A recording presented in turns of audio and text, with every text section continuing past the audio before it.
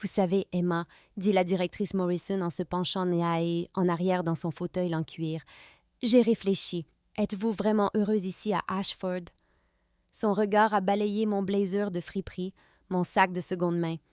Je veux dire, avec votre situation, la bourse, le travail à temps partiel, ne seriez-vous pas plus à l'aise dans un endroit moins exigeant? Financièrement, je veux dire. Elle a souri, mais son sourire n'atteignait pas ses yeux. L'université publique a d'excellents programmes, plus adaptés aux étudiants dans votre situation. J'ai senti mon visage brûler. Dehors, devant son bureau, Daniel m'attendait pour déjeuner. À travers la porte vitrée, je l'ai vu se crisper, son expression s'assombrissant. Il sentait que quelque chose n'allait vraiment, vraiment pas. Et il avait absolument raison, car ce que la directrice Morrison ignorait allait tout changer. Avant de continuer l'histoire, veuillez vous abonner. J'ai besoin d'atteindre 1000 abonnés pour pouvoir continuer à vous proposer des histoires comme celle-ci chaque jour. Ce n'est qu'un clic pour vous, mais cela signifie beaucoup pour moi. Laissez-moi revenir en arrière, car pour comprendre pourquoi ce moment, dans le bureau de la directrice Morrison, ressemblait à la fois à une insulte et à une blague cosmique, vous devez connaître mon histoire avec ma grand-mère. Ma grand-mère Catherine était, selon ses propres mots, riche comme le péché et 2 fois plus intelligente. Elle a bâti une petite fortune dans l'immobilier, vivait modestement et surveillait sa famille comme un faucon. Elle voyait tout. La façon dont mes parents, Robert et Linda, adulaient ma sœur Madison. La façon dont j'étais toujours la seconde pensée, la déception, celle qui n'avait tout simplement pas l'étincelle de Madison. Avant de mourir, quand j'avais 19 ans, grand-mère Catherine m'a convoquée au bureau de son avocat, juste moi. Elle avait créé un fonds en fiducie, 2,3 millions de dollars, mais il y avait des conditions. Je ne pouvais pas y toucher avant mes 25 ans.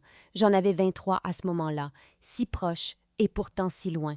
Et la plus importante, ma famille ne devait jamais être au courant. Jamais. Si je leur disais, la totalité irait à une œuvre de charité. Grand-mère Catherine avait vu comment mes parents me traitaient, comment ils investissaient tout en Madison alors que je recevais les miettes. Elle voulait que je construise ma propre vie sans qu'ils tournent autour comme des vautours. Laisse-les te montrer qui ils sont vraiment, avait-elle dit. Ensuite, décide s'ils méritent de faire partie de ta vie. Alors je me suis tue. Et ma famille, ils se sont confortés dans leurs suppositions. Madison était l'enfant en or. École privée, vêtements de marque, une voiture pour son 16e anniversaire. Moi, l'école publique était parfaitement adéquate. Ma voiture était une berline de 15 ans que mon père avait trouvée sur Craigslist et j'étais chanceuse de l'avoir. Quand Madison a voulu aller dans une université privée prestigieuse, ils ont vidé leurs économies. Quand j'ai été admise dans une université d'État, avec des bourses, ils m'ont dit à quel point j'étais pragmatique. Ils ne disaient pas que j'étais moins que Madison. Ils n'en avaient pas besoin. Chaque choix, chaque commentaire, chaque dîner de famille le montrait clairement. Madison irait loin. Emma, Emma faisait de son mieux. J'ai travaillé pendant toute l'université. J'ai économisé chaque centime. Je portais des vêtements de seconde main et j'ai appris à sourire quand Madison exhibait son dernier sac de créateur, acheté avec la carte de crédit de papa et maman. J'ai joué mon rôle, la raisonnable, celle qui ne demandait pas grand-chose, celle qui n'avait pas besoin de beaucoup, et je ne leur ai jamais parlé du cadeau de grand-mère Catherine. Voilà ce qui se passe quand on est l'enfant décevant. On finit par y croire. Quand j'avais 14 ans, je suis rentrée à la maison avec d'excellentes notes partout et une lettre disant que j'étais qualifiée pour le programme pour surdoués. Ma mère y a jeté un coup d'œil et a dit « C'est bien, ma chérie ». Puis a passé l'heure suivante à s'extasier sur le fait que Madison avait intégré l'équipe de cheerleaders. Mon père m'a carrément dit de ne pas en faire toute une histoire avec mes notes car cela pourrait peiner Madison. Alors j'ai arrêté d'en faire toute une histoire. J'ai arrêté de lever la main en classe. J'ai commencé à dire « je ne sais pas » quand je savais parfaitement. J'ai appris à me faire plus petite parce que c'était ce qui maintenait la paix. Pendant ce temps, Madison s'épanouissait. Quand elle a eu 16 ans, mes parents ont annoncé qu'elle irait à l'Ashford Academy pour ses 2 dernières années de lycée. Ashford. L'Ashford Academy, l'école privée la plus prestigieuse de l'État, où les enfants de sénateurs et les enfants de magnats de la technologie arpentaient les couloirs. Elle coûtait plus cher par an que la voiture de la plupart des gens. Mes parents étaient si fiers. Ils lui ont organisé une fête, ils lui ont acheté une toute nouvelle garde-robe.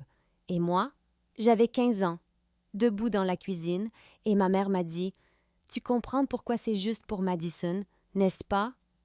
Elle a tellement de potentiel. Et tu te débrouilles très bien là où tu es. » Là où j'étais, l'école publique avec le plafond qui fuyait et les manuels scolaires dépassés. L'école qui était parfaitement adéquate pour quelqu'un comme moi. J'ai dit que je comprenais. J'ai toujours dit que je comprenais. Mais voici ce qu'ils n'ont pas vu. J'ai travaillé. Mon Dieu, comme j'ai travaillé. J'étudiais à la bibliothèque municipale jusqu'à sa fermeture. J'ai suivi tous les cours avancés disponibles. J'ai postulé à toutes les bourses que j'ai pu trouver.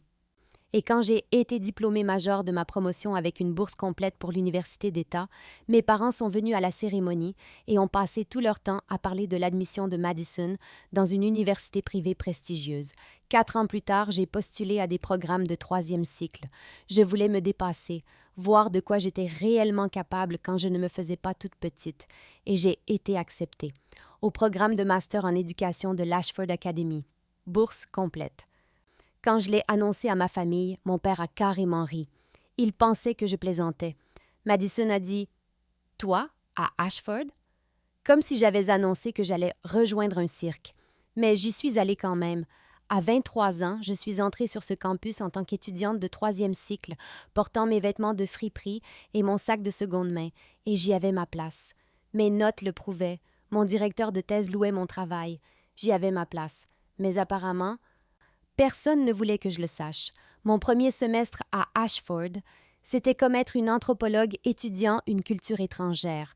Le programme de 3e cycle était petit, peut-être 30 étudiants, et je me suis immédiatement démarquée. Pas à cause de mon travail, qui était solide, mais à cause de tout le reste. Mes camarades de classe portaient du Patagonia et des sacs en cuir qui coûtaient plus cher que mon loyer. Ils parlaient nonchalamment de leur résidence secondaire et des relations de leurs parents. Et il y avait moi, avec mon blazer de friperie et mes ballerines de chez Target, travaillant 20 heures par semaine à la librairie du campus pour couvrir mes frais de subsistance. J'ai gardé la tête basse, fait mon travail et essayé de ne pas attirer l'attention. Cela a duré environ 3 semaines. La directrice Morrison dirigeait l'Ashford Academy comme si c'était son royaume personnel.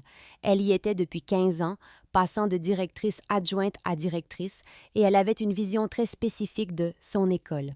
Cette vision incluait de riches donateurs, des anciens élèves prestigieux et des étudiants qui rendaient bien sur les supports promotionnels. Des étudiants comme moi, nous compliquions le récit. Ça a commencé petitement. Elle me croisait dans le couloir et son regard balayait ma tenue avec cette minuscule expression de mépris. Une fois, lors d'une réunion de département, elle a fait une blague sur les cas caritatifs et m'a regardé droit dans les yeux. Tout le monde a ri. J'ai souri comme si j'étais dans la confidence. Une autre fois, elle a demandé à voix haute à un autre administrateur des nouvelles des étudiants boursiers et s'il maintenait les standards et que nous attendons. J'étais juste à côté. Elle savait que je pouvais l'entendre. Les commentaires sont devenus plus directs. Lors d'un cocktail du corps enseignant, auquel j'ai été inexplicablement invitée, elle m'a présentée à un donateur comme l'une de nos étudiantes bénéficiant de l'aide financière, avec cette voix mielleuse qui donnait l'impression que j'étais un projet de charité. Elle m'a demandé, devant un groupe de professeurs, si j'avais envisagé le fardeau financier de la poursuite de mes études. Elle a suggéré, plus d'une fois, que certains étudiants ne sont pas faits pour les rigueurs des études supérieures, en fixant de manière significative mon sac à dos usé. Je me suis dit que j'étais trop sensible. Je me suis dit qu'elle était comme ça avec tout le monde. Je me suis dit que si je travaillais plus dur, si je faisais davantage mes preuves, elle me laisserait tranquille. C'est ce qu'on fait quand on a passé sa vie à se faire plus petite, n'est-ce pas? On suppose que le problème, c'est soi. On suppose qu'on n'est pas assez. On garde la tête basse et on espère que la cible se déplacera. J'ai rencontré Daniel en octobre, à la bibliothèque, un mercredi à 21h. J'étais plongée dans des recherches pour un article sur l'équité en éducation, ironiquement, et il rangeait des livres dans le cadre de son assistanat d'enseignement. Il a renversé mon café en attrapant un ouvrage de référence, s'est excusé profusément, m'en a offert un nouveau, puis a passé 20 minutes à débattre de ma thèse avec moi. Il était en désaccord avec la moitié de mes arguments. J'ai adoré ça. Daniel venait d'un milieu aisé, le genre de vieille fortune dont les gens ne parlent pas parce que tout le monde le sait déjà. Sa famille avait une aile à son nom dans le bâtiment des sciences, mais on ne l'aurait jamais deviné en lui parlant. Il portait des jeans normaux, conduisait une voiture pratique et s'intéressait réellement plus aux idées qu'aux apparences.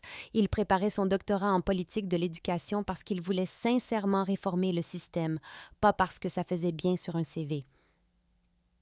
Nous avons commencé à prendre des cafés, puis des dîners, puis il me raccompagnait à ma voiture après de longues sessions d'études et m'envoyait par texto des articles qu'il pensait que je trouverais intéressants.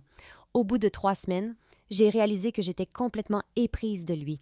Il m'a officiellement invitée à sortir en novembre, juste avant les vacances de Thanksgiving, et j'ai dit oui si vite que j'ai failli l'interrompre.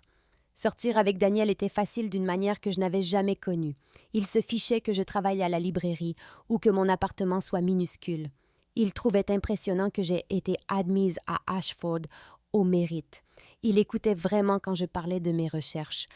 Mais Daniel remarquait aussi des choses que je m'étais entraînée à ne pas voir, comme lorsque la directrice Morrison nous croisait dans le couloir et le saluait chaleureusement, tandis que son regard glissait sur moi comme si j'étais invisible, ou lorsque la secrétaire du département distribuait le courrier à tout le monde sauf au mien, qu'elle laissait sur le comptoir pour que je le récupère moi-même, ou lorsque les horaires des réunions avec les conseillers pédagogiques étaient affichés, et que d'une manière ou d'une autre, mon nom était systématiquement oublié sur la liste de diffusion. « Est-ce qu'elle fait toujours ça ?» a-t-il demandé après que Morrison ait fait un autre commentaire sur les étudiants boursiers ayant besoin d'un soutien supplémentaire. J'ai haussé les épaules. Elle est juste comme ça. Emma, elle n'est pas comme ça avec qui que ce soit d'autre. Je suis ici depuis 2 ans. Je ne l'ai jamais entendu parler à un autre étudiant de cette façon. Je lui ai dit qu'il interprétait trop les choses, mais il a continué à remarquer, et lentement, douloureusement, il m'aidait à voir ce que j'avais ignoré depuis le début. Le harcèlement a cessé d'être subtil juste après les vacances d'hiver. En janvier, il y a eu un cocktail de département, un de ces événements de réseautage où les étudiants de 3e cycle étaient censés sympathiser avec les professeurs et les employeurs potentiels. Tout le monde dans le programme a reçu une invitation. Tout le monde sauf moi. Je l'ai découvert quand ma camarade de classe Ashley l'a mentionné nonchalamment, supposant que j'avais reçu le même courriel. Quand j'ai vérifié auprès du département, la secrétaire a dit « Oh, ça a dû être un oubli », mais elle n'a pas proposé de m'ajouter à la liste. Le cocktail a eu lieu sans moi. Daniel était furieux, mais je lui ai dit de laisser tomber. Puis, en février, la directrice Morrison a assisté à l'une de mes présentations pour un séminaire de 3e cycle. Elle n'avait jamais fait ça auparavant. Au milieu de mon exposé sur les stratégies d'intervention en alphabétisation, elle m'a interrompu. « Où avez-vous dit que vous aviez fait vos études de 1er cycle ?» a-t-elle demandé. Tout le monde s'est tourné pour regarder. « À l'université d'État », ai-je dit, avec une bourse. Elle a hoché la tête lentement, comme si cela expliquait quelque chose. « Et vous vous sentez qualifié pour parler de théorie pédagogique avancée avec ce parcours ?» Mon professeur est intervenu, a loué mon travail, mais le mal était fait. Mes camarades de classe avaient l'air mal à l'aise. J'avais l'impression d'être de retour dans la cuisine de mes parents, qu'on me rappelait ma place. Une semaine plus tard, Morrison m'a convoqué dans son bureau pour ce qu'elle a appelé un bilan. Elle m'a demandé comment je gérais la charge de travail et si j'avais pensé à d'autres parcours professionnels qui pourraient être plus réalistes. Elle a dit que les études supérieures n'étaient pas pour tout le monde et qu'il n'y avait aucune honte à reconnaître ses limites. Elle a suggéré que je pourrais vouloir reconsidérer mon parcours académique avant d'investir plus de temps dans quelque chose qui pourrait ne pas aboutir. Je suis restée assise là, j'ai hoché la tête et j'ai dit que j'y réfléchirais, parce que c'est chose que je faisais. Je maintenais la paix, j'avalais les insultes, je me faisais de plus en plus petite en espérant que si je disparaissais suffisamment, elle me laisserait tranquille. Daniel m'a demandé pourquoi je ne la signalais pas. Je lui ai dit que ça ne servirait à rien. Les gens comme la directrice Morrison n'avaient pas de problème. Les gens comme moi apprenaient simplement à endurer. En mars, mes parents et Madison sont venus me rendre visite. Ils étaient en ville pour la conférence de travail de Madison, un truc de marketing dans un hôtel du centre-ville, et ont décidé de passer sur le campus. J'aurais dû dire que j'étais occupée, j'aurais dû inventer n'importe quelle excuse, mais je ne l'ai pas fait, car quelque part au fond de moi, j'espérais encore qu'ils seraient fiers de moi. Cet espoir est mort en environ 45 minutes. Ma mère a passé toute la visite du campus à s'excuser. Nous avons croisé l'un de mes professeurs et avant que je puisse me présenter, elle est intervenue. Emma est ici grâce à une bourse. Elle a travaillé si dur. Nous sommes tellement reconnaissants pour l'aide financière. Le professeur a eu l'air confus. Je voulais disparaître dans le trottoir. Nous sommes passés devant la bibliothèque où Daniel étudiait. Et mon père a fait un commentaire sur le fait que c'était impressionnant que j'aie pu entrer dans une école comme celle-ci, malgré mes limites. Madison, 25 ans et travaillant dans le marketing pour une start-up, n'arrêtait pas de faire des observations pointues. « Wow, Emma, tu es vraiment là, à Ashford. Qui l'aurait cru? » Elle l'a dit comme si j'avais gagné à la loterie, pas comme si j'avais mérité ma place par mon propre travail. Quand nous sommes passés devant le bureau des bourses, elle a chuchoté de manière théâtrale. « C'est là que tu dois aller? Pour l'argent gratuit? » Nous avons croisé un groupe de parents visitant le campus avec leurs futurs étudiants. Et ma mère s'est immiscée dans leur conversation. Elle a carrément dit « Notre fille étudie ici. » Enfin, l'une d'elles. Madison est allée à Northeastern, mais Emma est ici grâce à l'aide financière. Comme si c'était quelque chose qui devait être divulgué. Excusez. Madison m'a prise à part à un moment et a dit « Tu sais, il n'y a pas de honte à finalement trouver son niveau. Tout le monde ne peut pas être exceptionnel. Certaines personnes ont juste besoin de plus d'aide. » Elle a souri en le disant, comme si elle me soutenait. Ils sont partis après le déjeuner et je suis restée sur le parking à regarder leur voiture disparaître, me sentant exactement comme je m'étais sentie toute ma vie. Petite, insuffisante, anormale. Daniel m'a trouvée là 20 minutes plus tard, et quand il m'a demandé ce qui n'allait pas, je n'ai même pas pu l'expliquer. Comment dire à quelqu'un que votre propre famille vous considère comme un cas social, qu'ils ont honte de votre existence, que chaque réussite que vous obtenez est recadrée comme de la chance ou de la pitié? On ne le dit pas. On se contente de sourire et de dire que tout va bien. 2 semaines après la visite de ma famille, la secrétaire de la directrice Morrison a appelé. La directrice voulait me voir. Pas un courriel, pas une conversation de couloir informelle, une convocation officielle dans son bureau. J'y suis allée pendant ma pause déjeuner, l'estomac noué. Morrison était assise derrière son immense bureau quand je suis arrivée, et elle m'a fait signe de m'asseoir sur la chaise en face d'elle comme si elle m'accordait une audience. « Emma, dit-elle en joignant les mains, je voulais avoir une conversation franche sur votre avenir ici à Ashford. » Elle laissa cette phrase en suspens. « Vous êtes consciente que le conseil d'administration prévoit d'augmenter les frais de scolarité l'année prochaine, de manière substantielle, même pour les programmes de 3e cycle. » J'ai hoché la tête. J'avais vu le courriel. « Et vous êtes également consciente que le financement des bourses devient de plus en plus compétitif. Nous ne pouvons pas garantir le même niveau de soutien pour tous nos étudiants, en particulier ceux qui pèsent déjà sur nos ressources. » J'ai senti ma poitrine se serrer. Elle a continué, sa voix dégoulinant d'une fausse préoccupation. « J'ai examiné votre dossier, et bien que vos résultats scolaires soient adéquats, je me demande si cet endroit est vraiment le bon pour vous, financièrement parlant. » Elle a fait une pause. La réalité est qu'Ashford a des standards à maintenir. Nos donateurs, notre réseau d'anciens élèves, ils attendent un certain calibre d'étudiants, des étudiants qui peuvent participer pleinement à l'expérience Ashford sans se soucier constamment de l'argent, des étudiants qui peuvent contribuer à notre communauté de manière significative. Elle ne se cachait même plus. Je pense que vous devriez sérieusement vous demander si continuer ici est dans votre meilleur intérêt. Il existe d'excellents programmes publics qui pourraient être plus adaptés à votre situation. Des endroits où vous ne vous sentiriez pas si mal à l'aise. Vous pourriez vous retirer maintenant, avant le prochain semestre, et éviter l'embarras de lutter pour joindre les deux bouts lorsque l'augmentation des frais de scolarité frappera. Elle a souri, a réellement souri. Je ne pense qu'à vous, Emma.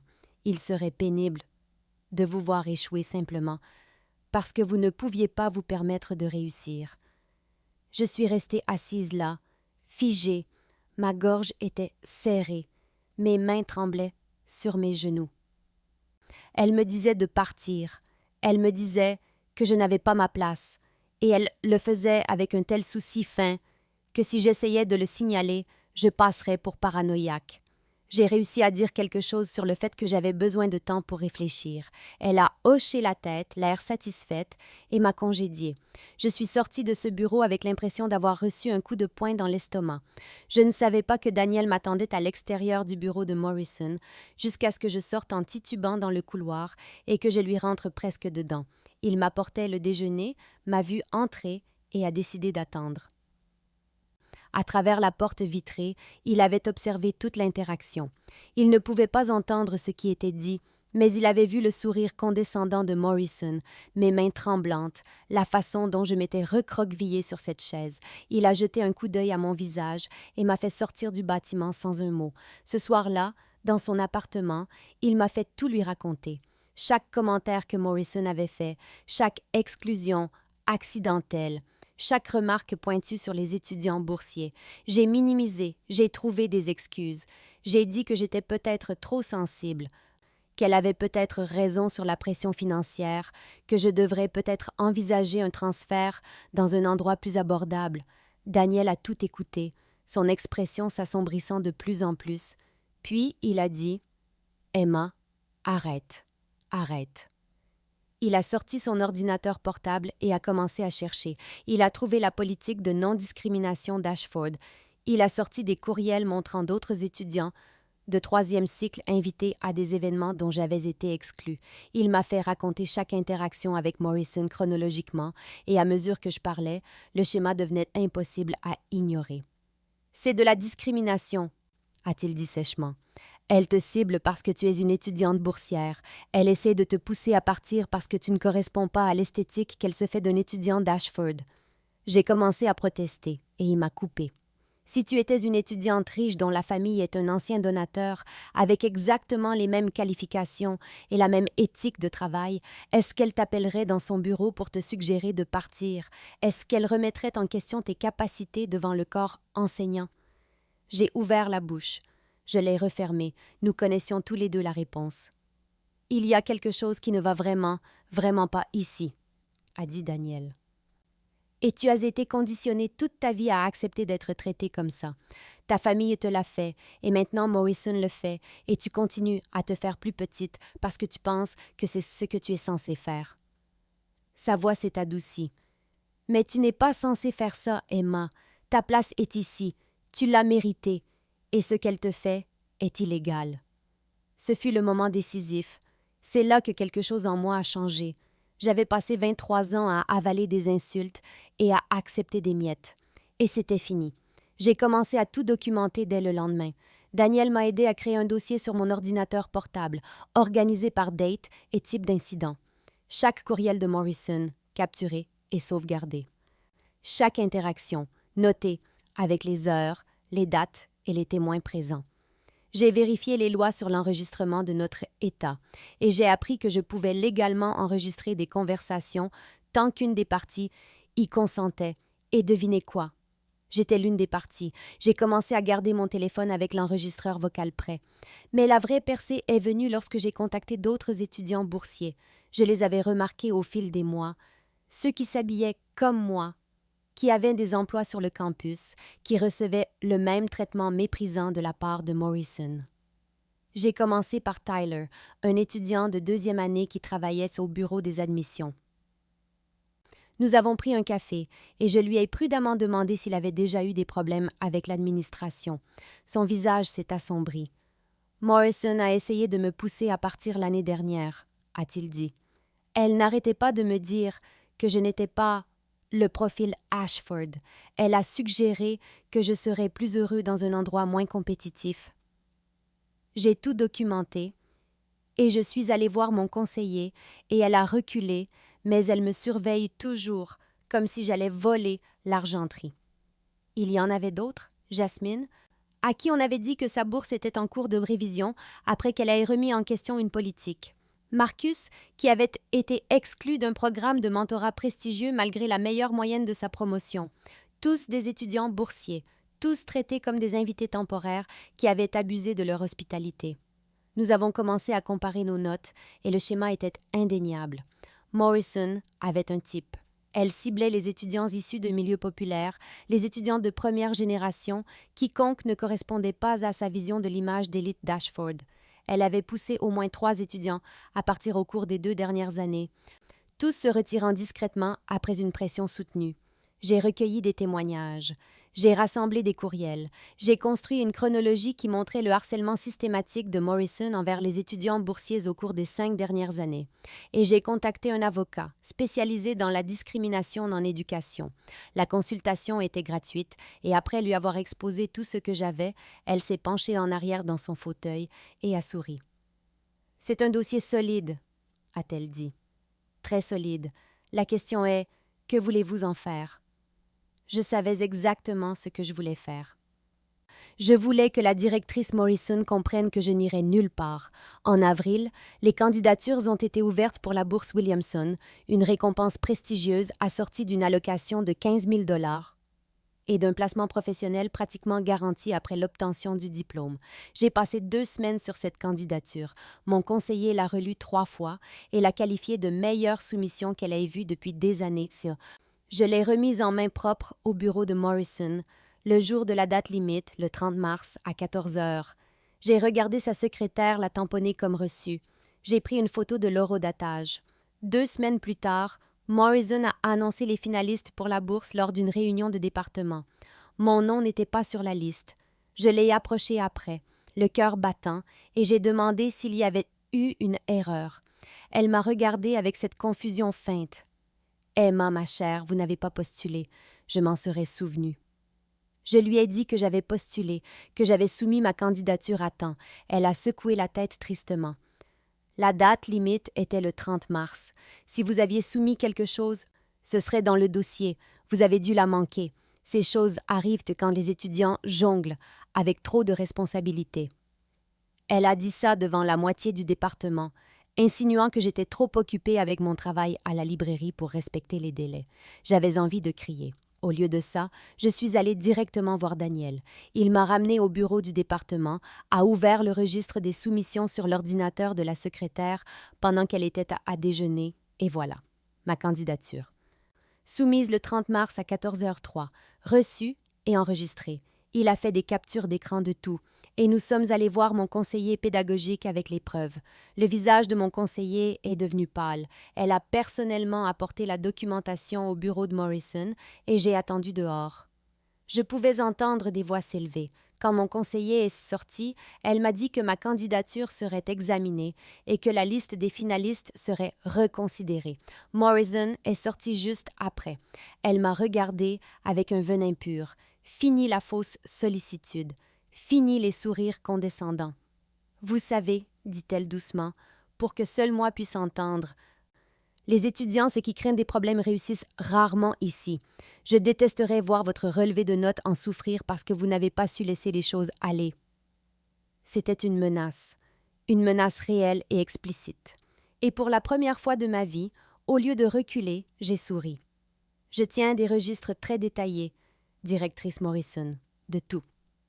Son visage est devenu rouge, et elle s'est éloignée sans un autre mot. Son masque se fissurait. Et je ne faisais que commencer. Ma mère m'a appelée ce week-end-là.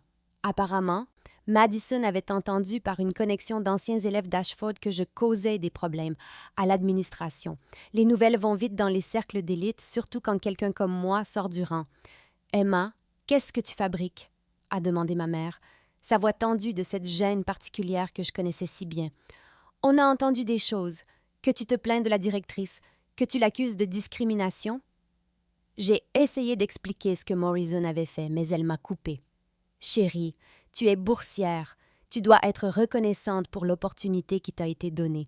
Faire des vagues ne va pas arranger ta situation. » Mon père a pris le téléphone. « Ta mère a raison. Il est peut-être temps de penser de manière pratique. Tu as une licence, c'est plus que la plupart des gens. Pourquoi ne pas trouver un vrai travail au lieu de prétendre être quelque chose que tu n'es pas? Prétendre être quelque chose que je ne suis pas. Comme si ma place à Ashford était un costume que je portais. Madison m'a appelé séparément, sa voix dégoulinant de condescendance. « Emma, je te dis ça parce que je t'aime. Tu es dramatique. Les directeurs ne ciblent pas les étudiants sans raison. Peut-être que tu interprètes mal les choses parce que tu es stressée par l'argent. Ça arrive. » Je lui ai parlé de la candidature à la bourse perdue, du schéma documenté de harcèlement. Elle a soupiré comme si j'étais une enfant faisant une crise de colère. Ou peut-être que tu as vraiment manqué la date limite et que tu ne veux pas l'admettre. Tu fais toujours ça. Tu ramènes tout au fait que tu es une victime. Parfois, les gens ne sont tout simplement pas faits pour certains environnements, et ce n'est pas grave. Ma propre sœur me manipulait pour me faire douter de ma propre perception. Mes parents avaient honte que leur fille boursière fasse du bruit. Ils voulaient que je démissionne, que je trouve un emploi de débutant, que j'arrête de viser plus haut que ce qu'ils avaient décidé être ma place. Je suis restée assise dans mon appartement après ces appels, me sentant plus seule que jamais. Même le soutien de Daniel ne pouvait pas tout à fait combler le vide, de savoir que ma propre famille préférerait que j'échoue discrètement plutôt que de réussir bruyamment. Ils me voulaient petite. Ils avaient besoin que je sois petite, parce que si je n'étais pas la déception de la famille, qu'est-ce que cela faisait d'eux? La secrétaire de la directrice Morrison m'a appelé un lundi après-midi fin avril. La directrice devait me voir immédiatement. J'ai attrapé mon téléphone. Je me suis assurée que l'application d'enregistrement fonctionnait et je me suis dirigée vers son bureau. Daniel était en cours, mais je lui ai envoyé un texto pour lui dire où j'allais. Juste au cas où. Morrison n'a pas perdu de temps en politesse. Il y avait un formulaire de retrait sur son bureau, déjà rempli avec mon nom. « Emma, nous devons avoir une dernière conversation sur votre avenir ici, ou plutôt votre absence d'avenir. » Elle a fait glisser le formulaire vers moi. J'ai été plus que patiente avec vous. J'ai essayé de vous guider vers une voie plus appropriée, mais vous avez été résistante, voire hostile, à mes tentatives de vous aider. Je suis restée silencieuse, mon téléphone enregistrant chaque mot dans mon sac. « Soyons clairs, » a-t-elle poursuivi, sa voix perdant toute prétention de chaleur. Vous êtes trop pauvre pour cette école. Ces programmes sont destinés aux étudiants qui peuvent quand même contribuer à l'héritage d'Ashford, pas à en drainer les ressources. Des étudiants dont les familles ont des relations, qui peuvent rien dire donner à l'institution, qui élèvent notre réputation. Vous êtes une étudiante boursière qui travaille dans une librairie. Vous n'êtes pas le profil Ashford et franchement, votre présence ici nuit à notre image de marque. Voilà. Tout ce qu'elle insinuait depuis des mois, dit à voix haute. Votre bourse est se résilier à compter du prochain semestre en raison de contraintes budgétaires, a-t-elle dit, faisant des guillemets avec ses doigts. Sans elle, vous ne pouvez pas vous permettre de rester ici. Ce formulaire de retrait vous permet de partir avec dignité. Vous pouvez dire que c'était votre choix, que vous avez trouvé d'autres opportunités. Signez-le maintenant, et je vous écrirai même une lettre de recommandation neutre. Elle s'est penchée en arrière, confiante. Ou vous pouvez refuser, lutter pendant le prochain semestre sans financement, échouer et partir sans rien. C'est votre choix. Mes mains tremblaient, mais pas de peur cette fois, de rage, de la clarté absolue de savoir que j'avais raison à son sujet. J'ai besoin de 24 heures pour réfléchir, ai-je dit, ma voix stable. Elle a eu l'air agacée. Emma, il n'y a rien à considérer. Vous ne pouvez pas vous permettre de 24 heures, ai-je répété. Vous m'avez donné beaucoup à réfléchir. Je veux être sûre de prendre la bonne décision. Elle a souri, pensant qu'elle avait gagné. Bien sûr, mais le formulaire vous attendra. Demain à la même heure, j'attends votre signature. Je suis sortie du bureau de Morrison et j'ai passé 4 appels téléphoniques. Le premier était à M. Patterson, l'avocat qui gérait la fiducie de ma grand-mère. Grand-mère Catherine avait insisté pour que je garde son numéro, disant que j'en aurais peut-être besoin un jour. Ce jour était arrivé. « Monsieur Patterson, c'est Emma. J'ai besoin de savoir ce qu'il en est de la clause sur les frais de scolarité. » Il y a eu une pause.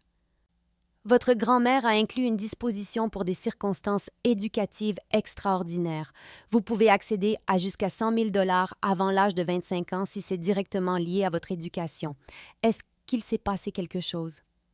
Je lui ai tout raconté. Quand j'ai eu fini, il est resté silencieux un moment. Puis il a dit « Votre grand-mère serait fière de vous, elle voudrait que vous vous battiez. Quoi que vous ayez besoin, je suis là. Le deuxième appel allait être pour mon avocate spécialisée en discrimination. Je lui ai envoyé l'enregistrement du bureau de Morrison et je pouvais presque l'entendre sourire au téléphone. C'est de l'or, Emma.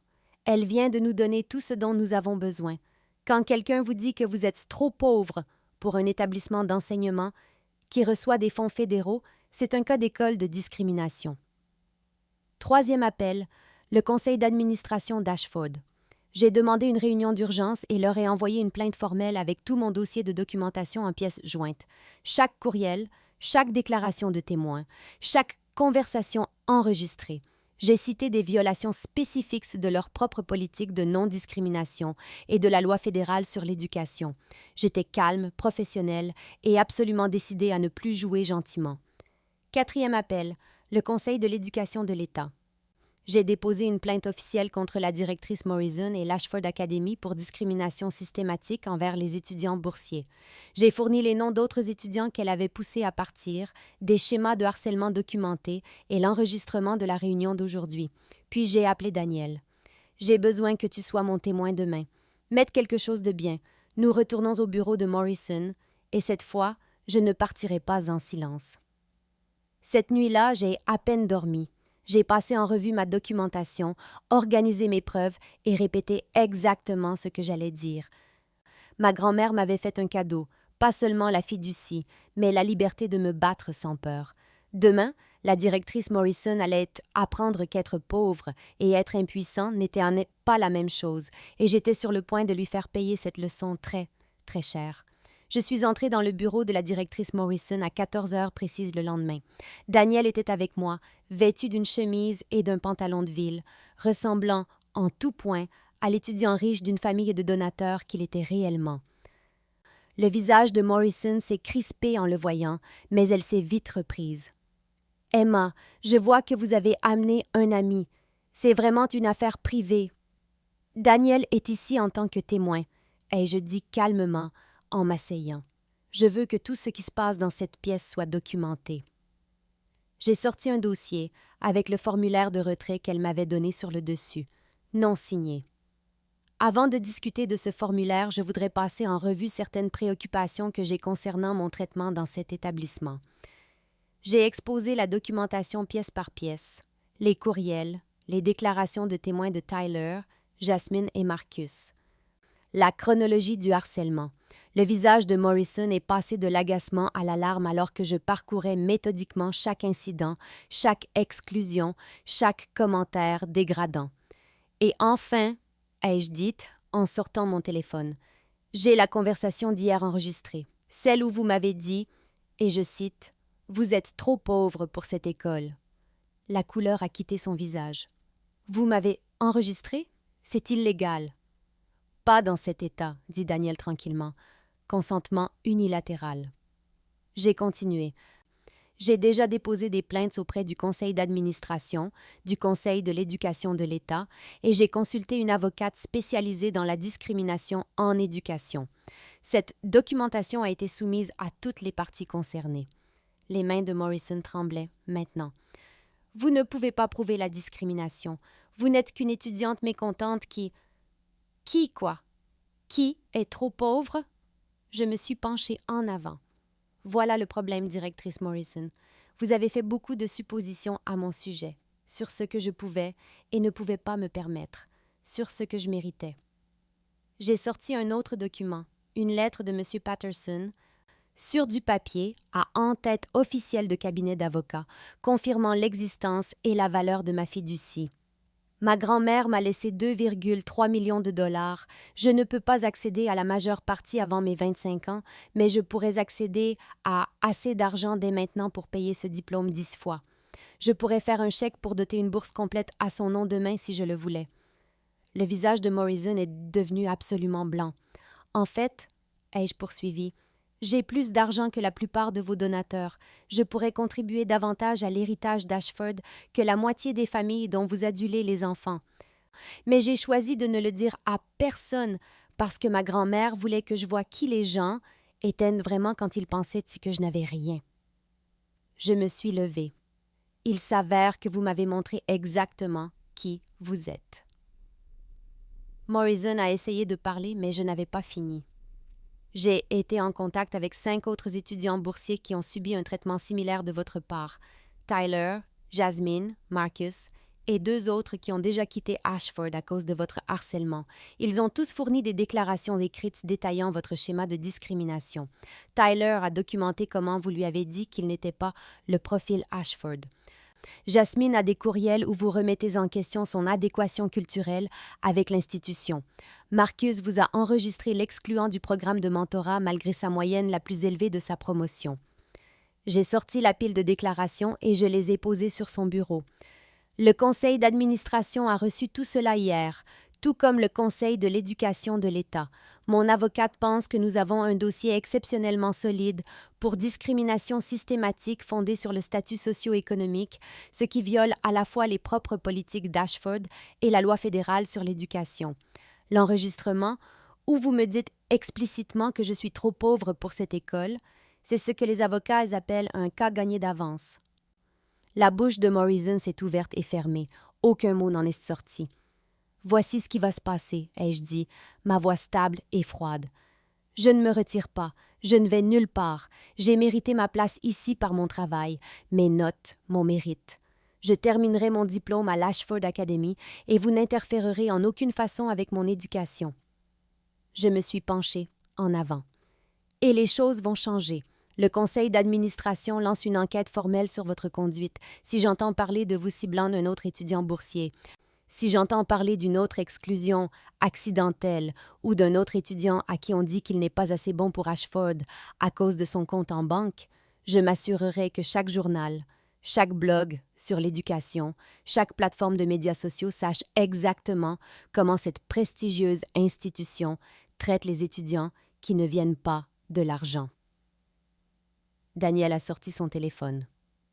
J'ai déjà rédigé le communiqué de presse. Il est complet. Morrison a finalement retrouvé sa voix. Vous faites une terrible erreur. J'ai des relations, j'ai de l'influence dans cette communauté et j'ai de la documentation. L'ai-je coupé? J'ai des preuves, j'ai des témoins. Et je n'ai plus rien à perdre parce que j'ai cessé d'avoir peur de vous au moment où j'ai réalisé que vous n'êtes qu'une brute en chaussures chères. J'ai pris le formulaire de retrait et je l'ai déchiré en 2. On se verra à la remise des diplômes, directrice Morrison. Le conseil d'administration a agi plus vite que je ne l'avais prévu. En 48 heures, la directrice Morrison a été mise en congé administratif dans l'attente d'une enquête approfondie. L'annonce a été envoyée à toute la communauté d'Ashford, formulée avec soin mais suffisamment claire pour que tout le monde sache que quelque chose de grave s'était produit. Et une fois cette porte ouverte, le déluge a commencé. Des étudiants que je n'avais même jamais rencontrés ont commencé à se manifester.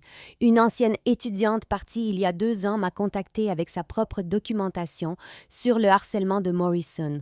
Une étudiante de premier cycle a décrit comment on lui avait dit qu'elle devrait reconsidérer sa place à Ashford après que sa famille ait connu des difficultés financières. Un autre étudiant de 3e cycle a partagé des courriels où Morrison se demandait si les étudiants boursiers devaient être autorisés dans les cours avancés. À la fin de la première semaine, il y avait 11 plaintes formelles. 11. Morrison avait systématiquement poussé dehors les étudiants qu'elle jugeait indignes de l'image d'Ashford pendant des années. Et tout le monde s'était tu parce qu'il pensait être seul. L'enquête était devenue le sujet de conversation du campus. Mon nom a été officiellement gardé confidentiel, mais le bouche à oreille a fait son chemin. Les gens me regardaient différemment maintenant, un mélange de respect et de curiosité. Certains étudiants m'ont remercié. D'autres m'évitaient comme si j'étais contagieuse. Puis ma famille l'a appris, pas par moi. Par l'ancienne colocataire de Madison, qui en avait entendu parler par le réseau des anciens d'Ashford et l'avait mentionné lors d'un événement marketing. Madison m'a appelé à 23 heures, la voix tremblante de rage. « Tu as une fiducie? 2 millions de dollars? Et tu ne nous l'as jamais dit? » Ma mère a appelé 1 heure plus tard. « Emma, comment as-tu pu nous cacher ça? Nous sommes ta famille. Nous avons eu des difficultés et tu étais assise sur tout cet argent. Sais-tu à quel point c'est égoïste? » Le courriel de mon père est arrivé le lendemain matin. Objet. Déçu. Le message détaillait comment Madison avait des prêts étudiants, comment ils avaient vidé leur retraite pour payer ses études, comment j'aurais pu aider et avait choisi de ne pas le faire, comment je les avais mal fait paraître, en prétendant être pauvre. « Tu nous as menti », a dit ma mère quand j'ai finalement répondu à son 5e appel. « Tu nous as fait croire que tu avais besoin d'aide, que tu luttais, et pendant tout ce temps, tu avais des millions? » Grand-mère Catherine me l'a laissé, ai-je dit doucement, avec des conditions. L'une d'elles était que vous ne pouviez pas le savoir. C'est ridicule. Nous sommes tes parents. Tu aurais dû nous le dire quand même. Madison a 60 000 $ de prêt. Emma, tu pourrais rembourser ça sans même t'en apercevoir. Et voilà. Ils n'étaient pas fâchés que j'aie gardé un secret. Ils étaient fâchés que je n'aie pas partagé l'argent. J'ai retrouvé ma famille pour un café 3 jours plus tard, tous les 3, unis dans leur indignation. J'ai amené Daniel, qui s'est assis à côté de moi comme une ancre silencieuse. Madison a commencé immédiatement. « Alors, tu vas juste accumuler l'argent de grand-mère pendant que je me noie sous les dettes? C'est vraiment ça, ta vraie nature? » Grand-mère Catherine m'a laissé cet argent, ai-je dit calmement, avec des instructions explicites que je ne pouvais pas vous en parler. Si je l'avais fait, toute la fiducie serait allée à des œuvres de charité. Elle a fait ce choix délibérément. La voix de ma mère est devenue tranchante. Ta grand-mère était amère et vindicative. Elle t'a toujours favorisée pour une raison quelconque.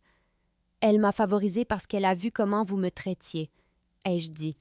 Elle vous a regardé tout investir en Madison, tout en me donnant les miettes. Elle vous a regardé me faire sentir petite et me dire que je n'étais pas assez bien. Elle voulait que j'aie quelque chose qui soit à moi seule, quelque chose que vous ne pourriez pas prendre ou diminuer. Mon père a essayé la carte de la culpabilité. La famille aide la famille, Emma. Nous nous sommes sacrifiés pour toi. Vous vous êtes sacrifié pour Madison, ai-je interrompu. Vous l'avez envoyé dans une école privée pendant que j'allais à l'école publique. Vous avez payé pour son université pendant que je travaillais pour des bourses. Vous lui avez acheté une voiture, des vêtements, des opportunités. J'ai eu des vêtements de seconde main et des leçons sur le fait d'être pragmatique. Ne réécrivez pas l'histoire maintenant que vous savez que j'ai de l'argent. Madison a frappé la table de sa main. Je n'arrive pas à croire que tu sois aussi égoïste. Je suis ta sœur. Et tu as passé toute notre vie à me traiter comme si j'étais inférieure à toi. Tu m'as traité de dramatique pour avoir signalé une discrimination. Tu m'as dit que je trouvais mon niveau quand je suis entrée à Ashford. Tu n'as jamais, pas une seule fois, été fière de moi ou ne m'as soutenue. Je me suis levée. Je ne suis pas votre banque de secours. Je ne suis pas votre filet de sécurité. Je ne suis pas la déception familiale sur laquelle vous pouvez vous reposer quand les choses deviennent difficiles. L'argent de grand-mère Catherine est à moi. Ses conditions étaient claires, et j'honore ses souhaits. Ma mère s'est mise à pleurer. Mon père m'a traitée d'ingrate. Madison a dit que j'étais morte pour elle. Je suis sortie avec la main de Daniel dans la mienne, et pour la première fois de ma vie, je n'ai pas regardé en arrière. Daniel m'a serré la main. Je suis fière de toi. J'étais fière de moi aussi. L'enquête du conseil d'administration a duré 6 semaines. Ils ont interrogé des étudiants, examiné la documentation, épluché le dossier personnel de Morrison et découvert un schéma de comportement qui remontait à près d'une décennie. En juin, l'annonce officielle est tombée. La directrice Morrison n'était plus employée par l'Ashford Academy. Ils ont appelé cela une séparation mutuelle. Tout le monde savait ce que c'était vraiment. Le Conseil a également annoncé des changements radicaux dans la gestion des programmes de bourse, un nouveau comité de surveillance, une formation obligatoire sur les préjugés pour tous les administrateurs et un système de signalement confidentiel pour les étudiants qui se sentaient discriminés. Tyler, Jasmine, Marcus et moi avons été invités à aider à élaborer les nouvelles politiques. Ils nous ont vraiment écoutés et j'ai fait un autre changement de mon côté. J'ai contacté M. Patterson et j'ai créé le fonds de bourse Catherine Mitchell, doté d'un demi-million de dollars de ma fiducie.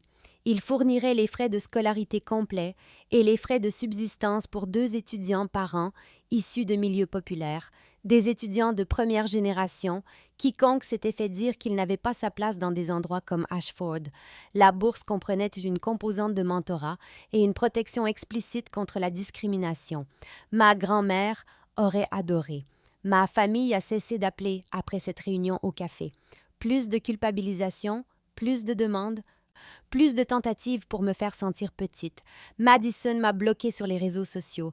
Mes parents ont envoyé un dernier courriel disant que j'avais choisi l'argent plutôt que la famille. Ce qui était ironique venant de gens qui ne s'étaient souciés de moi qu'une fois qu'ils savaient que j'avais de l'argent. Je n'ai pas répondu. Daniel m'a demandé une fois s'il me manquait. J'y ai réfléchi, vraiment réfléchi. Est-ce que les critiques me manquaient, les comparaisons constantes, le sentiment de ne jamais être assez?